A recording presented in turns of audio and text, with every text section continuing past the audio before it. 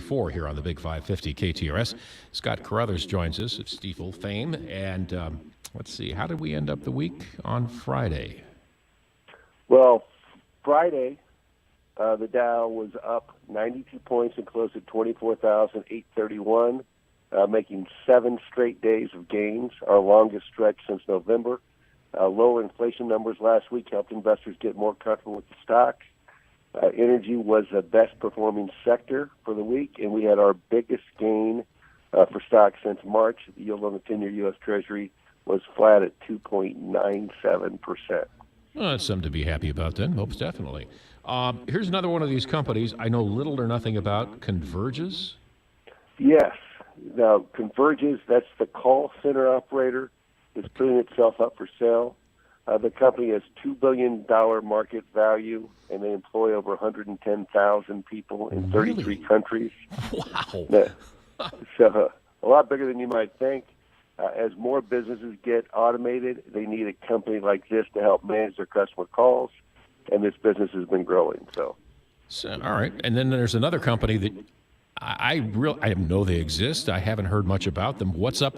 Other than the fact that Xerox is, it's a phrase that has been co-opted by everybody. You should say photocopy, but everybody says Xerox when they want to make a copy of something, it seems.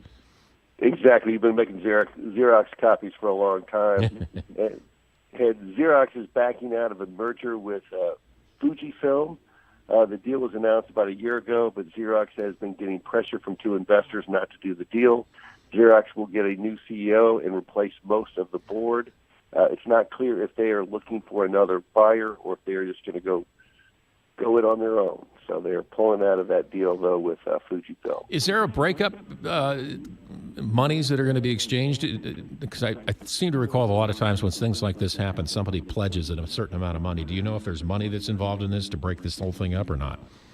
Normally there is, but I did not hear or read anything about what it's going to cost them not to do the deal. So. All right.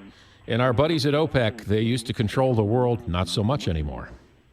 No, they used to, but OPEC raised their oil forecast today. So they said demand is up about 1.72 million barrels a day to 98.85 million barrels a day.